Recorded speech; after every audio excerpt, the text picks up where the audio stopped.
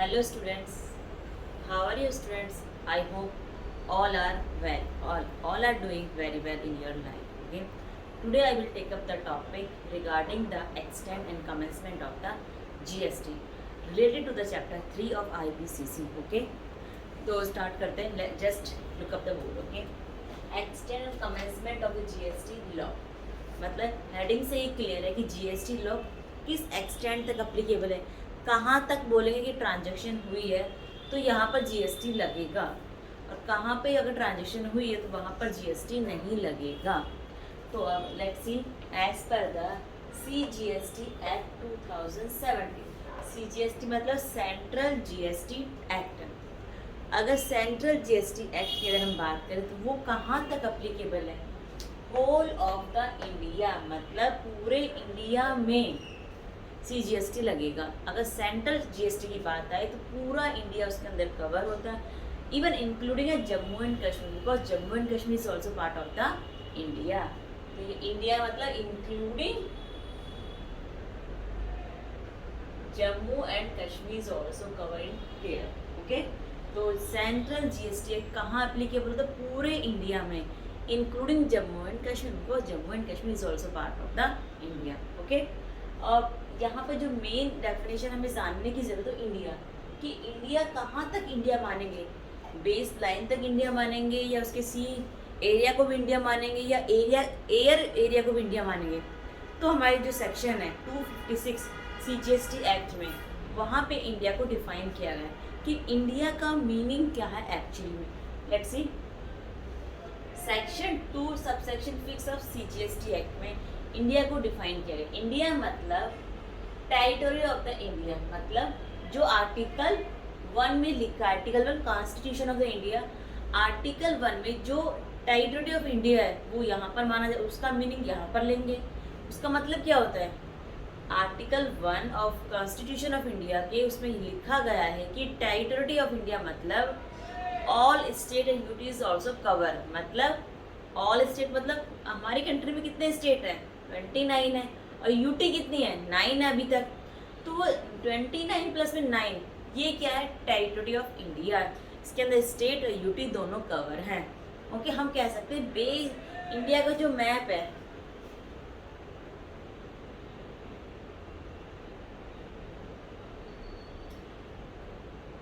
India का जो ये मैप है ये क्या है? Territory of India. मतलब इसके अंदर क्या आते हैं? 29 स्टेट भी आते हैं और यूटी भी आते हैं. तो ये क्या है? ये क्या है? Territory of India. अब नेक्स्ट की क्या कहा इसने? Territorial water, continental shelf, exclusive economic zone. मतलब टेरिटोरी ऑफ इंडिया के बाद भी इंडिया कवर होता है. टेरिटोरियल वाटर, टेरिटोरियल वाटर किसे कहते हैं? सपोज करो ये बेस लाइन है इंडिया की, ये बेस लाइन है, ठीक है. यहाँ से 20 न्यूटिकल माइल, सॉरी 12 जो न्यूटिकल माइल्स है वो क्या है? Territorial water. इसके आगे बढ़ते हैं तो 24 न्यूटिकल माइल्स को कहते हैं एक्सक्लूसिव कॉन्टिनेंटल जोन. और उसके आगे चलते हैं हम 200 तक. 200 न्यूटिकल माइल्स को कहते हैं एक्सक्लूसिवली इकोनॉमिक जोन. मतलब यहाँ से लेके यहाँ तक is also cover under the definition of India. मतलब टेरिटोरियल वाटर भी इसके अंदर आएगा, कॉन्टिनेंटल जोन भी इसके अंदर आएगा, एक्सक्लूसिव इकोनॉमिक जोन भी इसके अंदर है. तीनों कवर होते हैं इंडिया की डेफिनेशन में. तीनों कहाँ पर होते हैं? सी एरिया में. यहाँ पे सारा पानी है, बेस लाइन तक लैंड है, उसके बाद क्या है? पानी है, यहाँ पे सारा वाटर है. तो ये वाटर का जो इतना एरिया है 200 न्यूटिकल माइल तक, वो भी कहाँ कवर होता है? इंडिया. वो सी एरिया भी इंडिया का पार्ट माना जाएगा. सी एरिया मतलब सी एरिया में क्या आ सकता है? सी बेड्स, मतलब जो सी की जो बेड है जहाँ पर पानी है उस पर जो सबसे नीचे जो बेड परत होती है वो क्या है? सी बेड है. सी सॉइल मतलब उस परत पे पानी के अंदर क्या होता है? सी सॉइल भी होता है. तो वो भी क्या होगा? इंडिया का पार्ट होगा. अब उसने कहा है कि एयर स्पेस अबव मतलब मतलब कि जो भी हमने अभी तक पढ़ा कि ये इंडिया के अंदर आता है, उसका जो सी जो एयर स्पेस है, मतलब जो उसका ऊपर का स्पेस है एयर वाला, वो भी क्या है, इंडिया की डेफिनेशन में कवर होगा। तो इन शॉर्ट अगर हम देखें, टेरिटरी ऑफ इंडिया मतलब UT state is cover here, territorial water, continental shelf, exclusive economic zone, ये तीनों क्या होते हैं, चारों इंडिया की डेफिनेशन में कवर। इसके ऊपर वाला जो पार्ट है मतलब एयर वाला पार्ट, वो भी कवर होगा इंडिया की डेफिनेशन में। तो यानी कि इंडिया की डेफिनेशन क्लियर हुई कि हमने कहा कि सेंट्रल जीएसटी एक्ट कहाँ एप्लीकेबल होगा, whole of the India. India मतलब इसके लिए हमें डेफिनेशन जाननी पड़ेगी कि इंडिया के अंदर कौन कौन से पार्ट्स लैंड या सी एरिया कवर होता है, ठीक है। अगर उस एरिया में कोई भी ट्रांजेक्शन की गई है तो वो क्या माना जाएगा कि इंडिया में ट्रांजेक्शन हुई है, इंडिया का मतलब है वहाँ पे सीजीएसटी लगेगा। अब आता है नेक्स्ट है स्टेट जीएसटी एक्ट 2017। जो स्टेट जीएसटी एक्ट है वो कहाँ लगेगा, स्टेट हमारी कंट्री में स्टेट कितने हैं 29, तो ये हर स्टेट के लिए अलग अलग सीजीएसटी एक्ट बनाया गया है। तो रिस्पेक्टिव स्टेट में रिस्पेक्टिव स्टेट जीएसटी एक्ट लगेगा। और इसके अंदर क्या यूटी भी इंक्लूड है, वो यूटी जिनका खुद का लेजिस्लेचर है। और हमारी कंट्री में अभी 3 ऐसी यूटी जिनका खुद का लेजिस्लेचर है, लेकिन वो यूटी में काउंट होती है, स्टेट में नहीं होती, लेकिन वो भी यहाँ पर कवर होगा। उस पर भी क्या है, स्टेट जीएसटी एक्ट लगेगा। जैसे कि दिल्ली, पांडिचेरी, जम्मू एंड कश्मीर, इन तीनों यूटी की क्या है, खुद का लेजिस्लेचर है, तो यहाँ पर क्या लगेगा, एसजीएसटी एक्ट लगेगा। अब नेक्स्ट है कि आईजीएसटी एक्ट 2017 मतलब कहाँ एप्लीकेबल है। आई मतलब इंटीग्रेटेड जीएसटी एक्ट, वो कहाँ लगेगा, वो भी होल ऑफ द इंडिया लगेगा, पूरे इंडिया में कवर होगा। इंडिया मतलब सेम जो हमने फर्स्ट टाइम पे डिस्कस किया था, वही यहाँ पर फर्स्ट डेफिनेशन है इंडिया की। नेक्स्ट आता है यूटी जीएसटी एक्ट 2017। यूटी मतलब यूनियन टेरिटरीज, मतलब हमारी कंट्री में अभी तक 9 ऐसी मतलब यूटी हैं जिनमें से 3 का खुद का लेजिस्लेचर है, तो उस पर तो स्टेट जीएसटी लगेगा। 3 को छोड़कर जितनी बची 6 पे क्या होगा, उनका खुद का लेजिस्लेचर है, खुद की कोई असेंबली नहीं है, उस पर सेंट्रल कंट्रोल करती है, तो वहाँ पर क्या होगा, वहाँ पर यूटी जीएसटी एक्ट लगेगा। ओके, तो कौन कौन सी वो 6 ऐसी है, अंडमान निकोबार, दमन एंड दीप, दादर एंड नागर, लक्षद्वीप है, लद्दाख है, चंडीगढ़ है, अदर टेरिटरीज। मतलब इसके अंदर अदर मतलब ऐसा नहीं है फिक्स हो गई कि इन फ्यूचर कोई और ऐड नहीं हो सकती है। अगर गवर्नमेंट चाहे किसी को एक्वायर करती है एज ए टेरिटरी, तो वो भी यहाँ पर इंक्लूड होगी, और उसका खुद का अगर लेजिस्लेचर नहीं है तो ये हमने 4 जो हमारे जीएसटी हैं, CGST, SGST, IGST, UT, 4 type के जीएसटी है। तो हमने यहाँ पर ये पढ़ा कि ये कहाँ तक लगते हैं, मतलब अगर ये एक्ट लगाना है तो कहाँ लगाना है। तो ये हमने यहाँ पे डिस्कस किया कि इसका एक्सटेंड और कमेंसमेंट कहाँ है, ये कहाँ तक लग सकते हैं, ठीक है। अगर इन शॉर्ट देखें तो इंडिया में ये चारों टाइप के टैक्स लगेंगे। ओके, अब आता है next topic, I will take up. Next topic है सेक्शन 9। मतलब सेक्शन 9 मतलब एक तरह चार्जिंग सेक्शन है कि अगर हमें जीएसटी लगाने के लिए हमें पहले क्लियर होना चाहिए कि इस पर जीएसटी लगेगा या नहीं लगेगा। चार्जिंग सेक्शन हमें हेल्प करता है कि जीएसटी लेवी कर रहे हैं, कलेक्शन कर कौन होता है, चार्जिंग सेक्शन ने हमें राइट दिया है लेवी करने का और कलेक्शन करने का। सेक्शन 9 सीजीएसटी एक्ट मतलब सेंट्रल जीएसटी एक्ट, और section 5 IGST act. Section 9 CGST का, सेक्शन 5 आईजीएसटी का, दोनों सेम है, सिमिलर है, कुछ मतलब डिफरेंट है, परसेंटेज वो हम यहाँ पे टेकअप करेंगे। और एसजीएसटी मतलब ऑलमोस्ट देखा जाए, वैसे एसजीएसटी हमारे सिलेबस में नहीं है, लेकिन जो सीजीएसटी है वही एसजीएसटी, ऑलमोस्ट जो उनके रूल्स हैं वही एसजीएसटी के रूल्स रेगुलेशन है, ठीक है। बहुत माइनर सा डिफरेंस है, otherwise all are same. Okay, तो सेक्शन 9 और section 5 both are the same. Okay, CGST section 9 CGST की बात करेगा, सेक्शन 5 आईजीएसटी की बात करेगा। तो चार्जिंग सेक्शन के फर्स्ट जो सब सेक्शन है उसने क्या कहा, उसने कहा subject to the provision of subsection 2, मतलब जो भी सेक्शन 9 के सबसेक्शन 2 में लिखा होगा उसको छोड़कर, मतलब वो एप्लीकेबल होगा सेक्शन 1 के अंदर। तो जो सेक्शन 2 में लिखा है वो प्रेवेल होगा सबसेक्शन 1 में, तो उसको ध्यान रखना है कि वो अगर वो चीज़ें आए तो उस पर चार्जिंग सेक्शन एप्लीकेबल नहीं होगा। Subject to the provision of subsection 2। इसमें बोला गया ऑल, मतलब ये चार जो सबसेक्शन 1 कहाँ लगे, all the intra state supplies. अब इंट्रा स्टेट सप्लाई से पहले हमें क्लियर होना चाहिए कि इंटर किसे कहते हैं और इंट्रा किसे कहते हैं।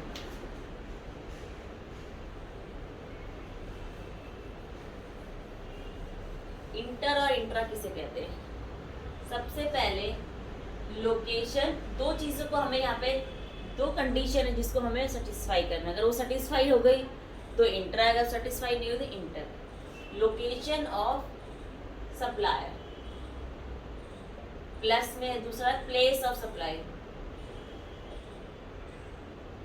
आपने यहाँ नोटिस कर दो चीजों के बारे में बात की, दो कंडीशन कंप्लीट होनी चाहिए। हमें कोई भी इंटर या इंट्रा को चेक करने के लिए दो कंडीशन को हमें देखना पड़ेगा कि ये कंडीशन कहाँ पर लेवी होती है।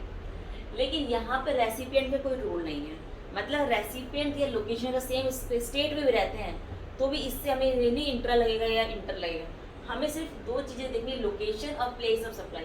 रेसिपिएंट को यहाँ पर इन्वॉल्व नहीं किया गया तो रेसिपिएंट डिपेंड कर, ये इररेलेवेंट है रेसिपिएंट कहाँ पर है, किस स्टेट में। ठीक है, अब सपोज करो दिल्ली, दिल्ली प्लस है West Bengal, different different state है, तो दिल्ली अलग स्टेट है और वेस्ट बंगाल अलग है। अगर सप्लायर, मतलब अगर यहाँ पर सप्लायर है, सप्लायर जो सप्लाई करता है गुड्स की, तो सप्लायर का लोकेशन क्या हो गया, यहाँ से सप्लाई ए है सप्लायर, उसने क्या किया गुड्स को सप्लाई करी वेस्ट बंगाल में, तो यानी कि मतलब कि वेस्ट बंगाल बी के पास गुड्स कहाँ गए, दिल्ली से कहाँ गए, वेस्ट बंगाल गए। दिल्ली से वेस्ट बंगाल गए तो दोनों अलग अलग स्टेट है, और क्या अलग अलग स्टेट है, और यहाँ पर क्या है लोकेशन कहाँ है, सप्लायर की लोकेशन कहाँ है, दिल्ली, प्लेस ऑफ सप्लाई क्या है, वेस्ट बंगाल, और दोनों क्या अलग अलग स्टेट है। जहाँ पर अलग अलग स्टेट हो, दोनों ये कंडीशन अलग अलग स्टेट में होती हो तो वहाँ पर इंटर स्टेट बोलेंगे, इंटर, वहाँ पर इंट्रा नहीं लगेगा। हमें सिर्फ ये चेक करना है कि हमारा लोकेशन ऑफ सप्लायर और प्लेस ऑफ सप्लाई कहाँ पर, अगर दोनों ही एक ही स्टेट में है तो क्या लगेगा, वो इंट्रा लगेगा, अगर डिफरेंट स्टेट में है तो इंटर लगेगा। ओके, अब देखो अगर हम सब, ये सिचुएशन थी, लेकिन अगर सपोज करो कि जो जिसको माल हमें भेज, अगर रिसिपेंट माल हमें वेस्ट बंगाल डिलीवर करना, लेकिन जो बी है रेसिपेंट है वो भी दिल्ली में है, सप्लायर भी दिल्ली में, रेसिपेंट भी दिल्ली में, लेकिन सप्लाई किसकी कर रहे, गुड्स की जो सप्लाई करनी है वो कहाँ पर है, वो वेस्ट बंगाल में है। तो यानी कि अब देखा जाए तो दोनों के दोनों एक स्टेट में तो इंट्रा होना चाहिए, लेकिन हमारी कंडीशन क्या कहती है, हमें क्या चेक करना है, लोकेशन और प्लेस। लोकेशन क्या है, ए में वेस्ट दिल्ली में है, प्लेस क्या है, वेस्ट बंगाल है, तो इसका मतलब क्या दोनों डिफरेंट है। जहाँ ये चीज़ें देख रही है कि रेसिपेंट नहीं, वो इररेलेवेंट है, उसे हमें अपनी कंडीशन में रखना ही नहीं है कि वो कहाँ पर है कहाँ पर नहीं है। तो यानी कि दोनों चीज़ें अलग अलग स्टेट में हुई है तो इसे कहेंगे इंटर स्टेट। तो यानी कि अगर हमें क्या चेक करना, क्या थंब रूल है, लोकेशन और प्लेस, इन दोनों को चेक करना कि ये एक स्टेट में होता है, दो स्टेट में होता है। अगर दोनों सेम स्टेट डिफरेंट स्टेट है तो क्या कहेंगे, इंट्रा, इंटर। एक स्टेट और एक यूटी है उसे कहेंगे इंटर, दोनों यूटी है उसे कहेंगे इंटर। ये तीन कंडीशन अगर हो जाए तो वहां पर कहेंगे इंटर स्टेट कहेंगे। विद इन, अगर विद इन द स्टेट हो, नहीं अगर एक ही स्टेट में दोनों चीजें हो, अगर एक ही स्टेट में दोनों चीजें हो या एक ही यूटी में दोनों चीजें हो तो उसे कहेंगे इंट्रा। ओके, तो इसे कहते हैं, अब हमें क्लियर हुआ कंसेप्ट इंटर कब लगेगा और इंट्रा कब लगेगा। तो जो चार्जिंग सेक्शन वो किसकी बात करता है, इंट्रा की बात करता है। मतलब अगर all the intra state supplies है, किसकी, गुड्स की, सर्विसेज की या बोथ की, बोथ मतलब वर्क क्वांटिटी जिसमें दोनों चीजें कंबाइन होती है।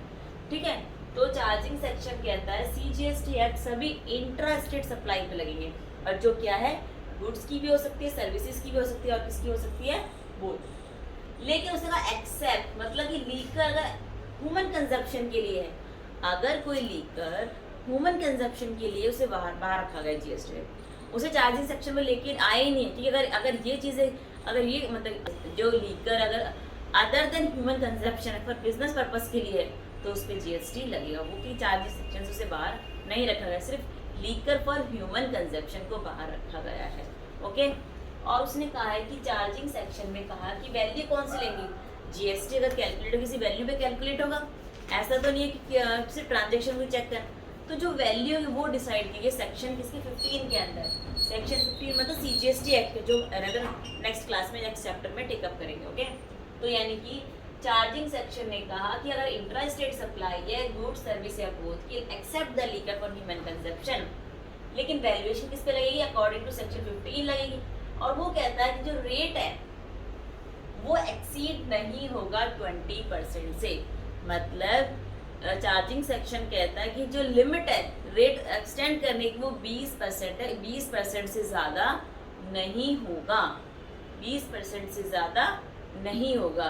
20% मतलब जो सीजीएसटी एक्ट है उसमें 20% से ज़्यादा नहीं लगाएंगे हम, मतलब 20% मतलब कि उसने डिसाइड किया कि लिमिट, अभी सिर्फ इतनी ही लिमिट डिसाइड है कि जीएसटी में 20%, गवर्नमेंट अगर बढ़ा कहाँ तक जा सकती है, 20% तक बढ़ा सकती है।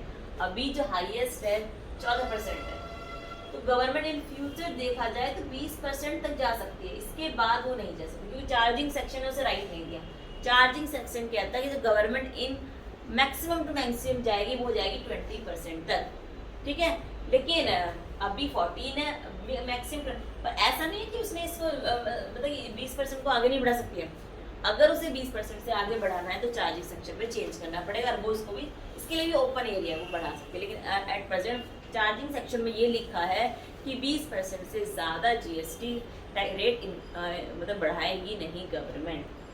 और आईजीएसटी की बात करें तो 40%, 20 सीजीएसटी का 20 स्टेट का, तो कितना हो गया टोटल 40%, तो आईजीएसटी में क्या हो गया 40% से ज़्यादा नहीं जाएगी।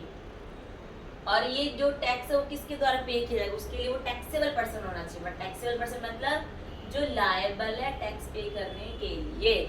ओके, तो यानी कि अगर सेक्शन 9 सबसेक्शन 1 की बात करें, उसने कहा कि जो सेक्शन सबसेक्शन 2 में लिखा है वो अप्लीकेबल नहीं होगा जीएसटी पे, वो जीएसटी से बाहर है। उसके लिए फिर हमें बाकी क्या चीज़ें देखनी कि इंट्रा स्टेट देखना है। इंट्रा स्टेट के बाद हमें देखना है कि वैल्यूएशन कैसे निकालनी है, रेट कौन सा लगेगा और किसके द्वारा दिए मतलब पे किया जाएगा। तो ये था charging section of 9 subsection 1। Okay, लेकिन अगर हम इंटर स्टेट की बात करें, सेक्शन 5 की जो चार्जिंग सेक्शन वो किसकी बात करता है, वो इंट्रा की जगह सिर्फ इंटर स्टेट का ध्यान रखता है। आई इंटीग्रेटेड से पता लगता है इंटर, मतलब जो इंटर ट्रांजेक्शन उस पर आईजीएसटी का सेक्शन 5 जो चार्जिंग सेक्शन है वो एप्लीकेबल होता है, और रेट 40% से ज़्यादा नहीं जाएगा, otherwise all are most same, ठीक है। अब सेक्शन 9 का सबसेक्शन जो 2 है वो कहता है कि कुछ ऐसे 5 टाइप के वो हैं पेट्रोल्स हैं जिनको अभी जीएसटी से बाहर रखा गया है। मतलब कि अगर वो जीएसटी से बाहर रखे गए, वो उसकी मतलब कि बागडोर किसके हाथ में दी गई है, जीएसटी काउंसलिंग के हाथ में। जीएसटी काउंसलिंग जब चाहे नोटिफिकेशन के थ्रू उन पर उसको क्या कर सकते हैं, उसमें जीएसटी लगा सकते हैं। लेकिन अभी तक जब तक उसे नोटिफिकेशन नहीं निकालती तब तक हम क्या करेंगे, 5 टाइप के पेट्रोल को जीएसटी से बाहर रखा गया। सब सेक्शन 2 में वही बताएगा कि अगर पेट्रोलियम क्रूड है, हाई स्पीड डीजल है, पेट्रोल है, नेचुरल गैस है, एविएशन टरबाइन है, फ्यूल, जो कि उस डेट से अफेक्ट होगा जब जीएसटी काउंसिल डिसाइड करेंगे नोटिफिकेशन के थ्रू लाइन। जो 5 टाइप की पेट्रोल अभी तक उन पर जीएसटी नहीं लगाए, जीएसटी से बाहर है, तो इसको उन्होंने चार्जिंग सेक्शन में भी बताया। वैसे उन्होंने हर जगह इसको मेंशन किया, शेड्यूल 3 में भी मेंशन किया, ऑलमोस्ट हर जगह मेंशन किया है कि अगर ये 5 टाइप के पेट्रोल आते हैं तो अभी जीएसटी से बाहर रखा गया है। जीएसटी काउंसिलिंग तब चाहेगी उसे, तब उस स्टेट से एप्लीकेबल होगा चार्जिंग सेक्शन इस पर। तो आज हमने जो टेकअप करा फर्स्ट सबसेक्शन 1 सबसेक्शन 2 करा 9 और 5 का। ओके, तो अभी इसकी मतलब सबसेक्शन 5 है, 3 पॉइंट्स और रह गए, 2 रिवर्स चार्ज का, एक इलेक्ट्रॉनिक कॉमर्स ऑपरेटर है जो हम नेक्स्ट क्लास में टेकअप करेंगे। ओके, तो आई होप आपको आज का जो वीडियो पसंद आया होगा, तो please do like and subscribe ज़्यादा से ज़्यादा करूँ ताकि मैं मोटिवेशन के साथ ज़्यादा से ज़्यादा कम बैक करूँ और आपके साथ वीडियो लाऊँ। आई होप आपके लिए मतलब कि ये हेल्पफुल होगा आपके एग्जाम ओरिएंटेशन के लिए। Okay, bye bye student, good night.